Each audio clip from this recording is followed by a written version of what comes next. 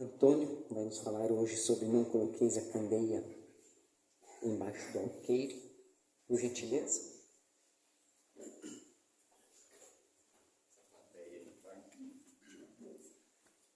Se precisar mexer com o microfone, tá?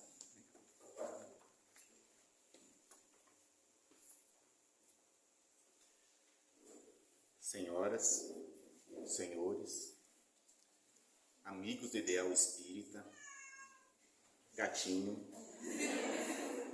uma boa tarde a todos. Gostaria de agradecer primeiramente a esta casa que me acolhe, ao meu amigo Darcy, pelo convite para que hoje eu pudesse estar aqui com vocês. Para mim é uma grande alegria ocupar essa tribuna e poder passar um pouquinho daquilo que a gente vai adquirindo com as experiências do nosso caminho. O tema de hoje, como o nosso companheiro nos falou, é justamente não coloqueis a candeia embaixo do alqueire, do capítulo 24 do Evangelho segundo o Espiritismo. As palavras de Jesus para aquela época não faziam muito sentido quando a gente começa a observar e não presta atenção nas entrelinhas.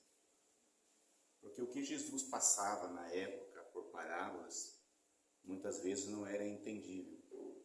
Nesse evangelho ele cita justamente dessa forma, quando ele fala aos apóstolos, que para eles ele fala de uma maneira diferente. Porque aos apóstolos ele passava a visão espiritual com mais nitidez, porque eles já estavam preparados. Mas para o povo em geral, falava-se por parábolas, porque a compreensão do povo da época não permitia o sentido literal das palavras de Cristo. Nesse capítulo 24, eu busquei trazer uma reflexão baseada nas experiências da vida que eu tenho e que cada um de nós tem. Cada um tem as suas próprias experiências, tem o seu próprio caminho, os seus ganhos, as suas percas. E esse exemplo dessa parábola, a gente durante o trabalho vai encaixar para que a gente tenha então como exemplo a nossa própria vida. Vocês já perceberam que a vida da gente, ela vai se desenlaçando, se desenrolando em fases? Quando nós chegamos no alto dos 80 anos e nós olhamos para trás, nós vamos encontrar certamente experiências que a gente vivenciou no passado e que a gente poderia ter mudado para ter um resultado diferente. Assim, quando tu chega nos 70, quando chega nos 60, nos 50, e assim por diante. Quem de nós não tem um olhar para o passado quando para refletir e não encontra situações das quais poderia ter agido de forma diferente e que hoje estaria mais assim ou mais assado? Infelizmente, há dois espaços no tempo que nós não conseguimos mudar. É o passado e o futuro. A gente consegue mudar apenas e unicamente o nosso presente. Quando olhamos para trás na nossa existência, seja ela longa ou começando, nós vamos encontrar alguns pontos de reflexão pelos quais a gente analisa que se tivéssemos feito dessa forma, hoje estaríamos assim. Se nós tivéssemos feito daquela forma, não estaríamos passando por isso. E assim por diante. A experiência de vida faz com que a gente aprenda as duras penas, a fazer as mudanças necessárias pelo caminho. As mudanças que estão suavemente, muitas vezes chega até nós e nós as recusamos, nós deixamos de lado. Sempre tem uma coisa mais importante no nosso caminho para a gente fazer, já perceberam? Nós deixamos para amanhã, procrastinação, né? E nós esquecemos que o amanhã vai chegar. E ele vem com a fatura de tudo aquilo que a gente não fez no dia de hoje. As experiências que nós vivenciamos, muitas vezes são baseadas na dor. E como tem o ditado espírita, né? Aquele que não caminha pelo amor, certamente será convidado pela dor. E nós temos essa dificuldade, e é inerente ainda ao nosso processo evolutivo, não vou dizer o ser humano, ao nosso processo evolutivo. Essa dificuldade em parar para analisar o passado, em buscar fazer reflexões, em nós nos conhecermos. Porque esse processo de autoconhecimento ele é muito dolorido. Primeira coisa, você tem que olhar para si próprio. A gente não consegue fazer isso. A gente usa máscaras, personas. Para quem não sabe, uma persona era uma máscara usada nos teatros gregos da época. E daí depois veio Freud e usou isso como personalidade. Então são as máscaras que a gente usa, as nossas personas. E essas personas, elas são muito fortes porque elas se gravam em nós. Nós imaginamos ser uma coisa, nós parecemos ser outra e nós agimos de outra forma. Mas nós temos essa dificuldade e nos limitamos toda vez que nos deparamos com uma situação onde precisamos olhar para o nosso interior e buscarmos o que há para ser melhorado dentro de cada um. Esse espelho moral que deveria refletir a nossa atitude, a gente mantém ele coberto. Com essas mudanças de fase na nossa caminhada, a descortinação desses espelhos morais começam a acontecer. E é óbvio que juntamente com isso começa-se a trazer os processos de dores, pois a nossa caminhada nem sempre é um mar de rosas. Percebemos com tudo isso, com essas nossas experiências, quando nós fazemos a reflexão, que geralmente a gente encontra na nossa caminhada um culpado pelos nossos erros. Nós atribuímos a má sorte, atribuímos aos coitados dos nossos obsessores, eu já digo até coitados, né? Porque eles levam toda a culpa. E nós não nos tocamos, que nós damos contas de destruir a nossa própria vida sozinhos. E que muitas vezes até o obsessor, para ele poder nos importunar, ele tem que nos ajudar primeiro, para depois conseguir perturbar. Tamanha a incapacidade que a gente ainda tem de caminhar, de ter um processo de existência aonde seja digno de ter um processo obsessivo. Eu sempre falo que a obsessão, para você ter uma obsessão, você tem que ser merecedor. A maioria que a gente tem são os companheiros que a gente junta pelo caminho, pelos nossos maus hábitos, nossas condições evolutivas e de atitudes morais e físicas de baixo teor vibracional. Mas a gente não consegue olhar para a gente mesmo, então a gente joga a culpa em terceiros.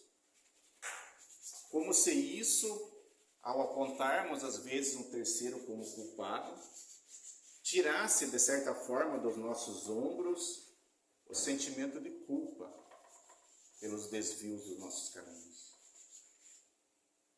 A gente busca olhar para os outros e encontrar nos outros criticar os outros, justamente nas falhas que a gente tem. Porque é muito mais fácil você apontar para o próximo e culpá-lo, julgá-lo, condená-lo nas mesmas atitudes que eu faço. Xingue-os do que você é, acuse-os do que você faz, sem querer, inconsciente ou consciente, a gente acaba fazendo. E quando a gente joga essa responsabilidade ou a culpa sobre o outro, criticamos o outro, rebaixamos o outro abaixo do nível moral de atitude que nós temos, para o nosso lado orgulhoso e egoísta, é como se nós então fôssemos melhores do que o próximo, quando na verdade estamos tão afundados quanto, se não ou mais.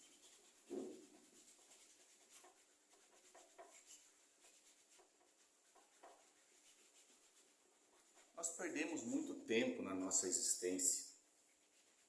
E a nossa existência ela é muito curta diante do nosso tempo como espírito nesse planeta. Não é certamente a nossa primeira encarnação, não vai ser a última. Mas um século, vamos dizer, que possa durar a nossa existência, ela é uma centelha de tempo diante do universo, diante do espírito. Essa personalidade que eu ocupo hoje, ela é transitória. Durante esse tempo que eu estiver nessa consciência, eu vou ser eu. Mas eu já tive em outras consciências, eu já fui outros eus. Cada um de nós, antes de reencarnar, pré-programa, quando assim há merecimento, um tempo para a sua existência terrena. Programamos de fazer 1001 coisas. Pedimos aos nossos mentores para que coloque-se ao nosso dispor várias condições para que possamos superar tendências e cumprir provas. Quando chegamos aqui, nos envolvemos nos processos do mundo e esquecemos que aquele time, aquele tempo que a gente deixou pré-combinado com a espiritualidade está passando. E eu me perco no caminho. Há tanta facilidade nesse mundo de se desviar.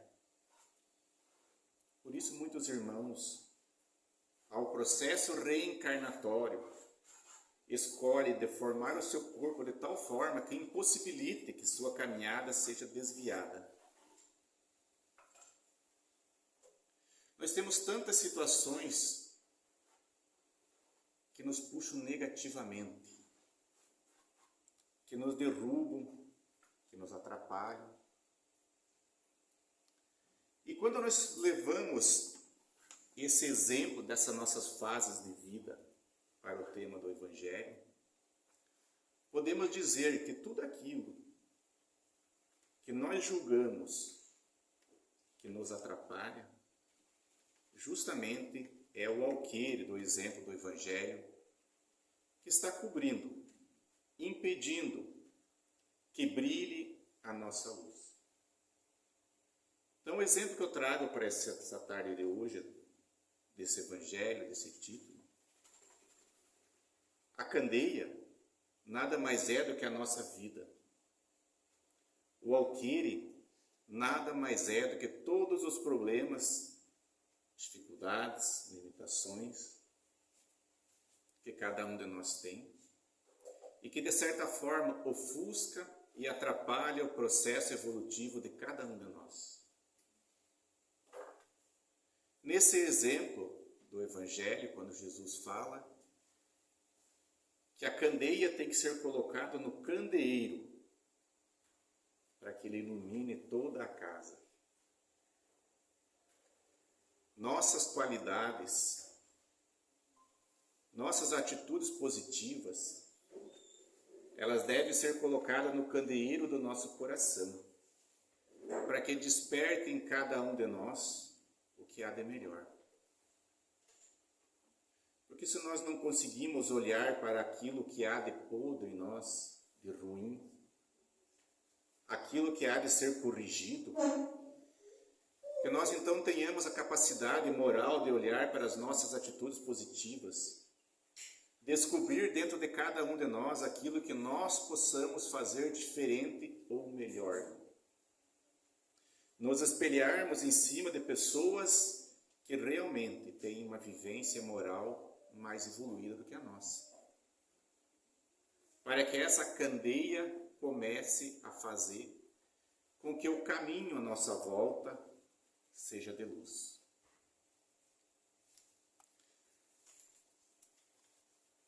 Eu ia ler o Evangelho, mas eu ia porque eu esqueci o meu óculos em casa e eu não consigo ler sem o óculos aqui. Mas vamos lá. Tratando-se desse item do Evangelho, no item 3, Jesus falando aos seus apóstolos, ele nos diz o seguinte, que nós temos ouvidos para ouvir e não escutamos. Que nós temos olhos para ver e não enxergamos. Lamentavelmente, quando Jesus falou isso naquela época, ele acertou em cheio as nossas atitudes hoje. Eu digo lamentavelmente, porque passaram-se mais de 2000 anos e nós, como seres humanos, continuamos com as mesmas tendências ainda daquele período aonde Jesus estava vivendo. Diante de cada experiência que nós temos, das experiências que nós vemos os outros passando ao nosso lado, dores, sofrimento, mágoas, quando tudo isso passa, é como se a gente tivesse esquecido daquilo, se aquilo não tivesse representado nada, nenhuma experiência para nós. E nós continuamos com a mesma trajetória de vida, com os mesmos vícios morais, com as mesmas atitudes. Até chegar ao ponto de novamente lá na frente, sermos convocados novamente pela dor.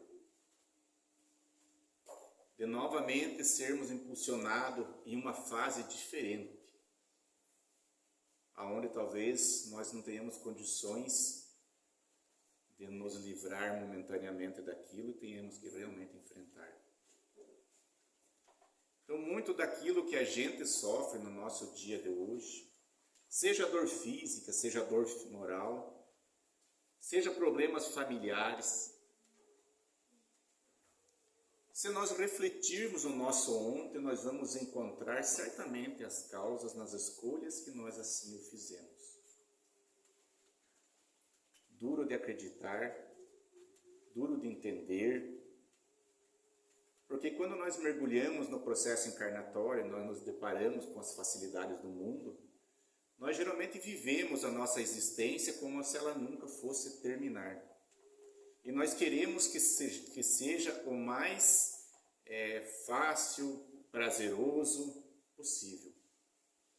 Como se nós tivéssemos mergulhado nessa carne através do nosso ventre materno, para viver experiências como se fôssemos passear num paraíso.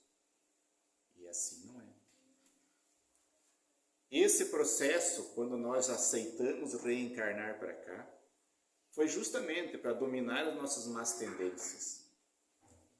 Foi justamente para buscarmos evoluir, ou seja, levar as nossas qualidades, trabalhar as nossas conquistas morais que nós já temos, para que assim possamos, de alguma forma, melhorar a nossa vida e a vida do nosso planeta.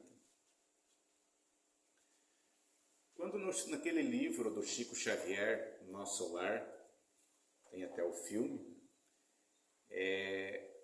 André Luiz estava conversando com Lísias, e Lísias dizia que ele e a noiva dele estavam preparando um processo encarnatório, onde os dois iriam reencarnar. E André Luiz questiona Lísias, mas por que, em virtude de que ele estava no nosso lar, já era um trabalhador da casa, e ele já estava num processo evolutivo bem melhor do que o patamar evolutivo da Terra. Lísias olha então para André Luiz e responde: meu querido amigo, infelizmente, em minhas existências do passado, eu contraí grandes dívidas com o planeta e eu tenho que ir agora para saldá-las. Quando a gente pega essas passagens desse livro de Lísias e a gente traz para o nosso cotidiano, nós começamos a entender que tudo aquilo que eu faço repercute no campo do próprio planeta, ao qual eu também serei responsável por todo o lixo que eu produzir.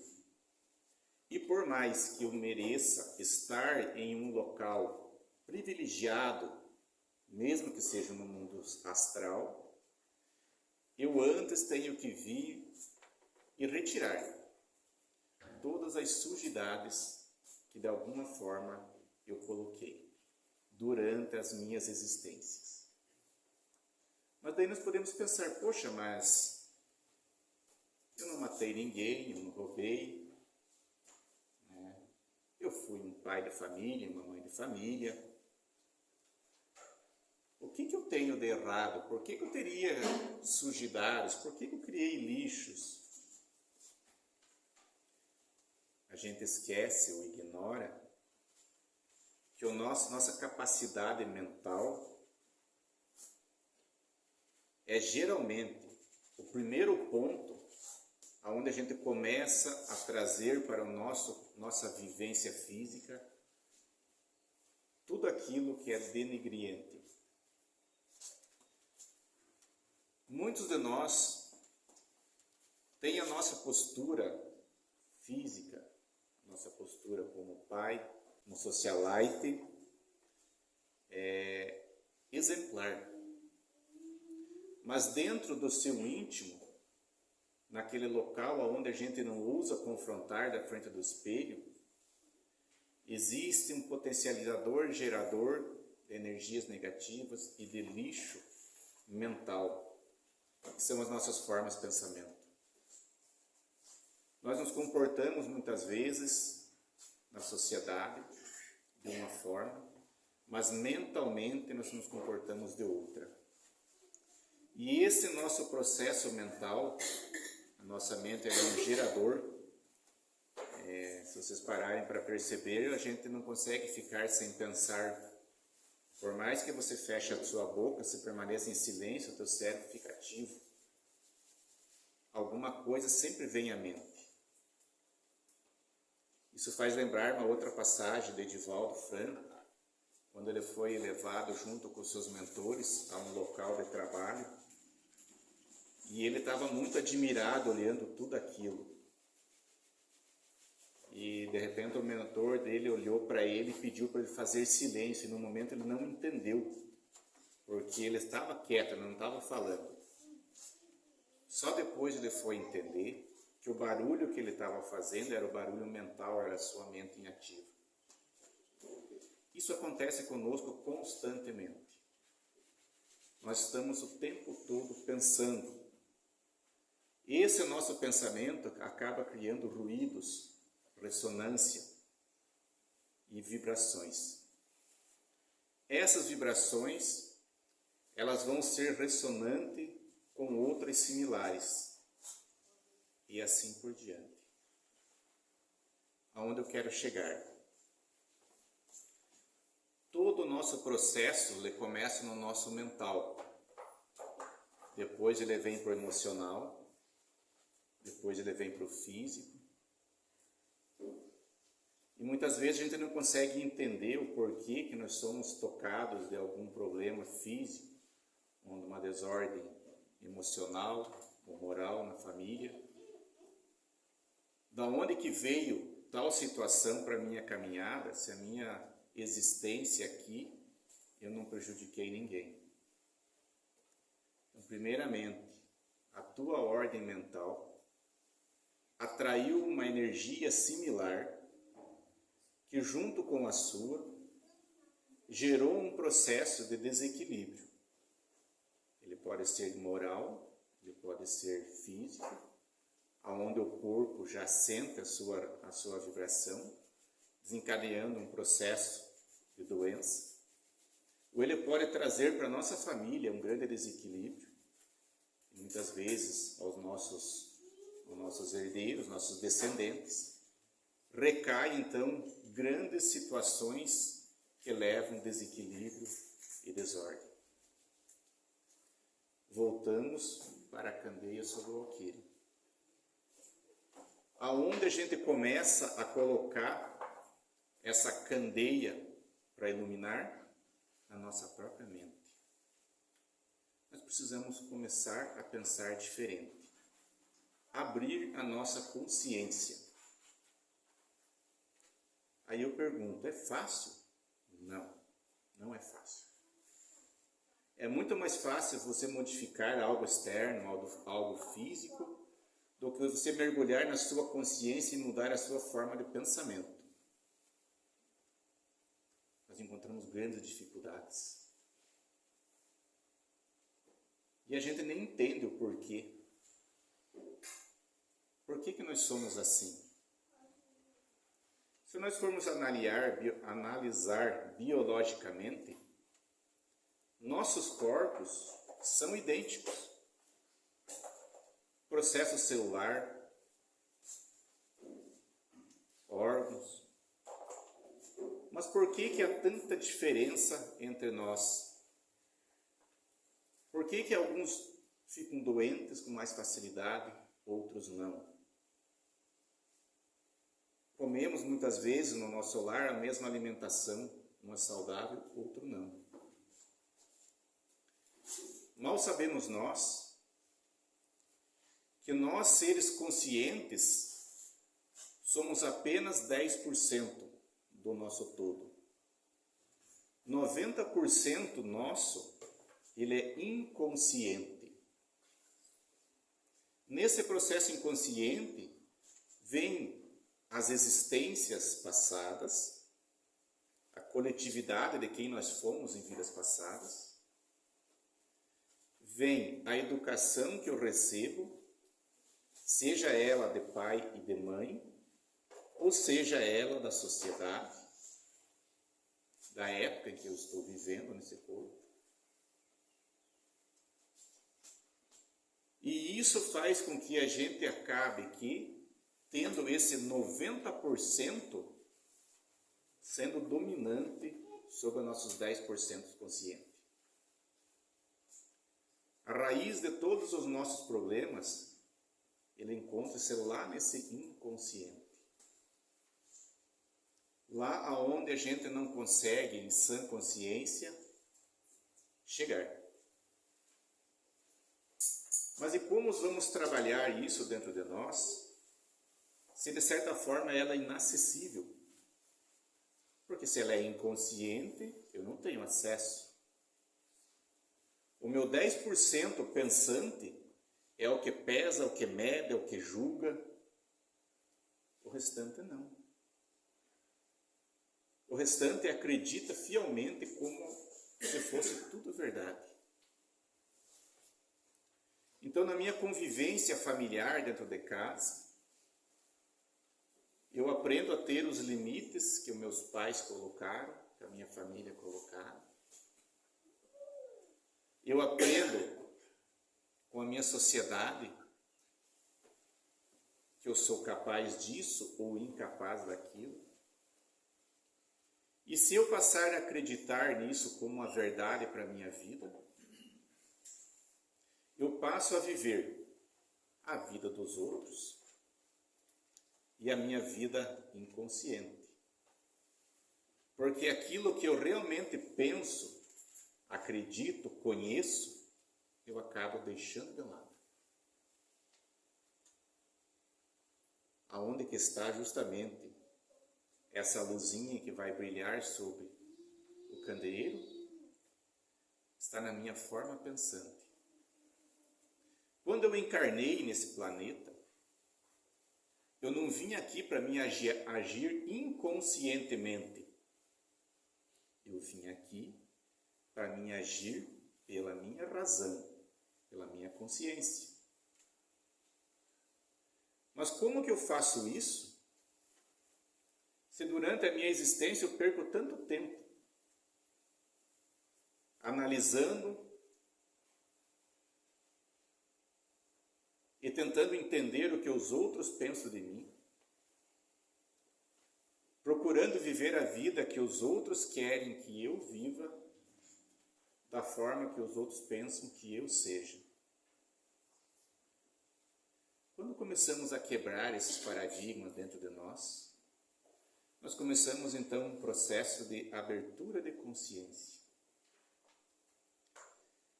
E por mais que seja fácil de entender ou falar, enfim, ele é muito difícil de ser praticado. Porque para abrir a nossa consciência, nós precisamos trilhar novos caminhos. E esse nosso lado inconsciente, ele nos conduz sempre em círculos, porque é onde a gente tem as tendências e é onde a gente consegue ter mais facilidade. É muito difícil você quebrar isso. Eu falo assim que às vezes, durante a nossa vida, é preciso você iniciar, nem que seja fazendo um curso de manicure, de pedicure, de corte de cabelo, nada a ver às vezes com a tua área profissional. Mas de alguma maneira você precisa começar. Eu não tenho o hábito de ler um livro, comece. Eu não tenho o hábito de fazer uma oração, comece. Eu não tenho o hábito disso, daquilo, então comece. Comece a fazer algo diferente para que as fases da tua vida lá no futuro sejam diferentes. Porque tudo que você fez até hoje, da maneira que você fez até hoje, te trouxe exatamente aonde você está. Se você está feliz com quem você é, com o que você tem, perfeito. Mas você buscar algo melhor para você, você vai ter que fazer algo diferente. Porque fazendo as mesmas coisas, você não vai ter resultado diferente. Aí a gente vive, durante a nossa existência e as nossas fases, processos de dor, de sofrimento, e a gente cai no desespero. E a gente sai correndo por aí, atrás de milagres. Porque afinal de contas, eu estou sendo vítima de uma dor, vítima de um processo obsessivo, vítima.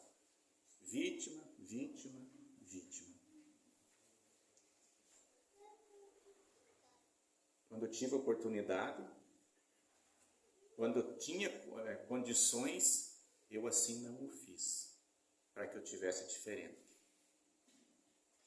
Então, analisando por esse ponto, de nós sermos vítimas,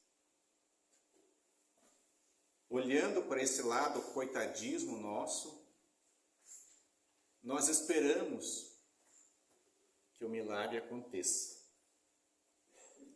Se eu não tenho dinheiro, eu quero ganhar na loteria. Se eu não tenho mais a saúde perfeita, eu vou no médico e eu quero que o médico receite aquela caixinha milagrosa que vai fazer com que, ao ingerir 2, 3 pílulas, a minha saúde seja restabelecida. Eu venho na casa espírita e eu tenho muita fé, claro, que o médium vai impor as suas mãos sobre o meu problema e ele vai desaparecer. A gente sempre vive em busca de milagres. De certa forma, também nós somos condicionados pela nossa educação religiosa predominante a esperar os tais milagres. Vocês sabem na Bíblia quantos milagres está escrito que Jesus fez? Alguém sabe? Se alguém saber, pode levantar a mão e falar. Na Bíblia está descrito 39 milagres de Jesus, contado por 4 dos evangelistas. Então, se nós for fazer uma conta rapidinho, Jesus pregou dos 30 aos 33 anos, 50 final de semana por ano, 150 final de semana. Vamos contar que Jesus tenha pregado só nos finais de semana, que tenha dado 500 pessoas por final de semana. Dá um número bem grande, que não vou fazer a conta agora, que eu não sei. E desses tantos, 39 pessoas receberam milagre diante de Jesus. Mas nós, no nosso desespero, na nossa fé cega, a gente imagina que o médico com a caixinha milagrosa, ou o médium com sua imposição de mãos, vai fazer então esse milagre. Nós desconhecemos que tanto no processo onde os espíritos vão nos obsidiar, eles não trabalham nada que já não exista em nós. No processo da cura é a mesma coisa. Aqueles espíritos que trabalham com a cura não conseguem nada mais do que aquilo que já exista de bom em nós. O processo obsessivo usa o que há de ruim, o processo de cura usa o que há de bom. Enquanto nós não abrir a nossa consciência e não dermos o primeiro passo em mudar o nosso presente, nós continuaremos andando às cegas. Esse capítulo fala da coragem da fé, que é preciso a gente ter muita coragem para ter fé. E precisamos ter a fé raciocinada. Porque não basta apenas termos a fé cega, acreditarmos que o médium vai fazer a cura, que o médico vai fazer a cura, que eu vou fazer a promessa para o santo aqui, ou o santo acolá e a cura vai vir. Cadê a nossa contribuição? Cadê a nossa capacidade de acender a nossa luz interna para que brilhe no nosso caminho, na nossa existência e traga de alguma forma o milagre que tanto esperamos? No final do item 3 do Evangelho, desse capítulo, Jesus, comentando aos discípulos, diz da seguinte forma: eis que há aqueles que não acreditam que eu possa vir curá-los. Quando nós nos deparamos com essa situação na nossa existência, da falta de fé, é justamente essa incapacidade que nós temos de acreditar que se eu fizer algo diferente hoje, vai melhorar o meu amanhã. Que se eu conseguir abrir a minha consciência hoje, eu mudo toda a minha trajetória de vida no amanhã. Comece. Comece pelo caminho que você tem, com aquilo que você tem, e faça aquilo que você sabe. Abra um livro para você ler se você não tem o hábito. Ore se você não tem o hábito. Perdoe. Desenvolva o amor ao próximo que você tem mais próximo. Inicie esse processo da tua cura. Teu anjo da guarda, teu espírito familiar, agradece. Porque eles estão há muito tempo tentando fazer com que a gente tenha a capacidade de abrir a consciência e fazer algo diferente, para que eles possam trazer novas atitudes morais, novos ensinamentos a cada um de nós. Eles muitas vezes não conseguem nem chegar perto de nós, de tão cegos que nós estamos, de tão presos ao materialismo. Vocês sabem que dia é hoje? Alguém sabe o dia que é hoje? Não é dia 12. E não é mês de agosto. Hoje é o primeiro dia do resto da vida de vocês. As escolhas que vocês fizerem agora, no seu presente agora, é o que vai repercutir em toda a tua existência no futuro. Nós sabemos quantos anos nós já vivemos, mas nós não sabemos quantos anos nós temos. Nós podemos ter 1 ano, 5 anos, 10 anos, alguns meses. Enquanto eu não despertar essa minha consciência em buscar fazer algo novo, abrindo o meu caminho, colocando a luz no meu coração, eu vou estar preso ao mesmice, eu vou estar andando em círculo e eu vou estar permitindo que a espiritualidade inferior se compraza com todos os meus defeitos, amplie todas as minhas más qualidades, gere todo tipo de infortúnio para a minha vida, enquanto eu fico à espera que na minha vida aconteça um milagre. E ainda quando não acontece, a gente blasfema, briga, chora, xinga a espiritualidade, sem perceber que a verdadeira cura está dentro de cada um de nós. Acredito que já deu meu tempo ali, né? O relógio é inimigo da palestrante, é uma coisa terrível, né? Então eu deixo essa mensagem para vocês sobre a candeia e o alqueire.